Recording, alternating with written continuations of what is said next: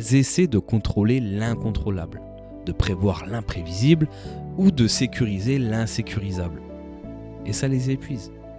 Si vous êtes dans le contrôle excessif, ce n'est pas un défaut de caractère, c'est un peu comme une stratégie de survie. Notre cerveau a évolué pour détecter les dangers. C'est ce qui nous a permis de survivre aux prédateurs, aux famines et aux guerres tribales. Alors notre cerveau anxieux s'invente des dangers partout. La porte mal fermée, c'est un risque de cambriolage. Le mail mal formulé, c'est un licenciement potentiel. Le regard bizarre du collègue, c'est un sentiment de rejet. L'ado qui rentre avec 30 minutes de retard, il a eu un accident. Bref, l'amygdale, notre système d'alarme interne, peut devenir hyperactive.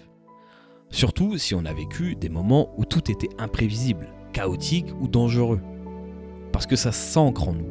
Il y a un chercheur québécois qui s'appelle Michel Dugas qui a identifié ce qu'il appelle l'intolérance à l'incertitude. Certains cerveaux supportent très mal de ne pas savoir. L'incertitude déclenche une alarme, une vraie alarme psychologique, du cortisol, de l'adrénaline et de l'hypervigilance. Alors pour contrer ça, on essaie de tout prévoir pour éteindre cette alarme, pour créer une illusion de certitude dans un monde incertain.